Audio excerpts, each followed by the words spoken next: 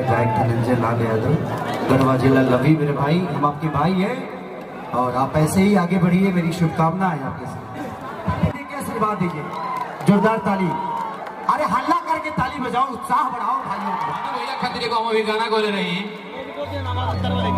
कि सुन बहिनी हो, सुन भैया हो, हाथी जोड़े ले परी पैया हो, कि अरे फिर से पीएम बनेंगे मोदी, हम सब ने ये ठाना है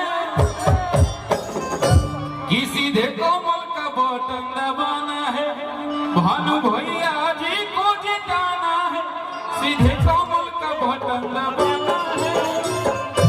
अभी एगो बोले रही कि 51 बहनों की शादी है, सुने ना आप लोग। एगो हमारे देवी गीत का आयल रहे कि ओ मोरे पिया अरे ठीक नहीं किया कि गढ़वा से लाली लाली चुनरी ना लिया हो, चुनरी ना लिया। कहे के बाद कि नैनी छुरी से कटारी हो गई, आ दुनिया रूप के पुजारी हो गई, कि अरे जब के हुआ की नजरिया में बस जाला, तो बुझिया कि प्रेम के बीमारी हो गई। और क्या बात है, खेसारी भैया बैठे हैं भाई, आप लोग शांति बनाए रखिए। वाह क्या बात है।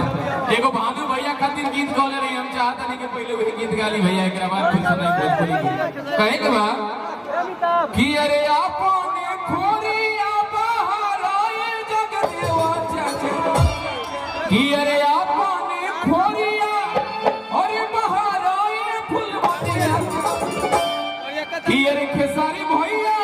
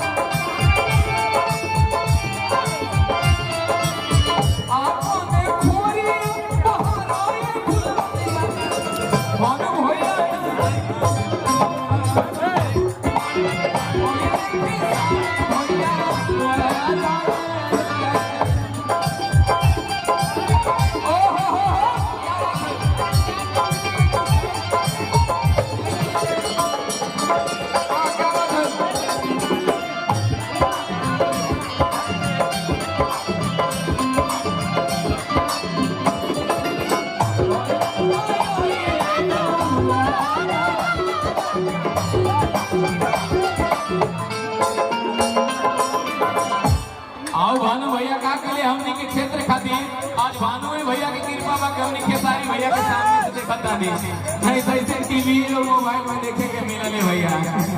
कहे के बाद गावे गावे बोल बोल रोड बनवाइले हो, गावे गावे बोली बोली रोड बनवाइले हो,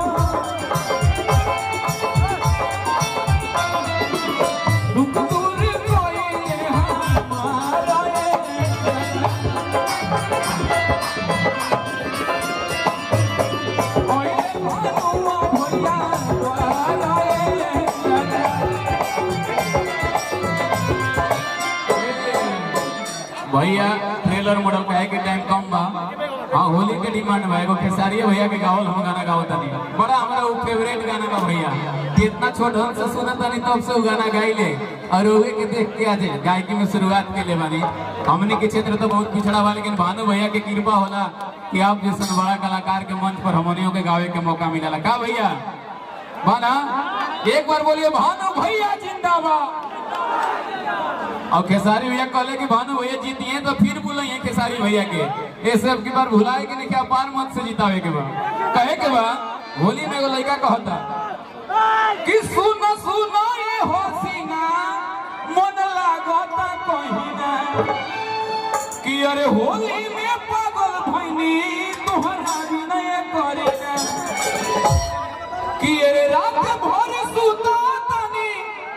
कि अरे रात भर सूता तनी और ये फोटो तोहर लेके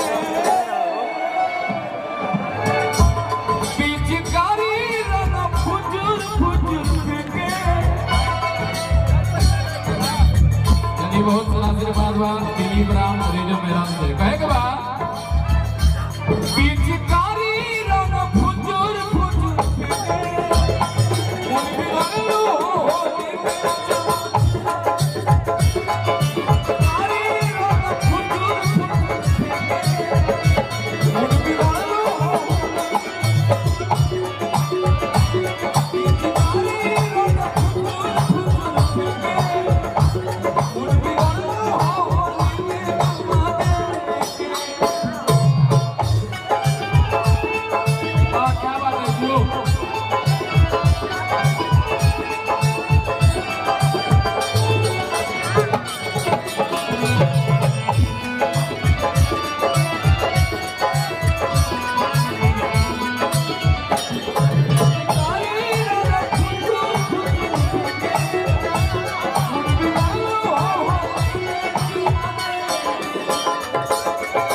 और लड़का कहता अखिए से प्यार भइल अखिए में राखी ले लोग लुना सोन भइल ए दौन खाती ले।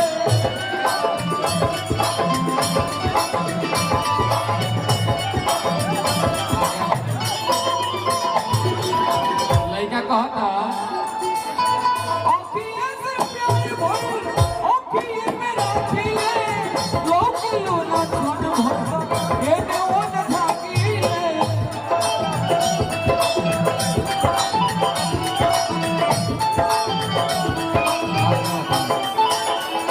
तोहरे लयखिया हमर तोहरे लयखिया हमर रोज रहिया देखे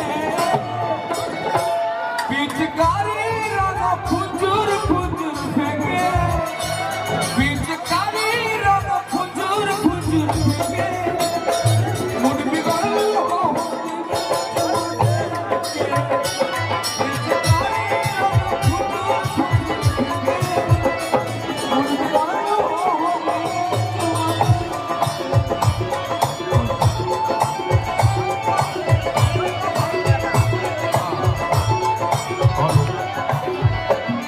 लास्ट में हम कहा भैया कि हमारे एगो चैनल बा धनंजय लाल यादव ऑफिशियल, आप लोग सब्सक्राइब कीजिए, सुनिए और भाई को भी प्यारा आशीर्वाद दीजिए।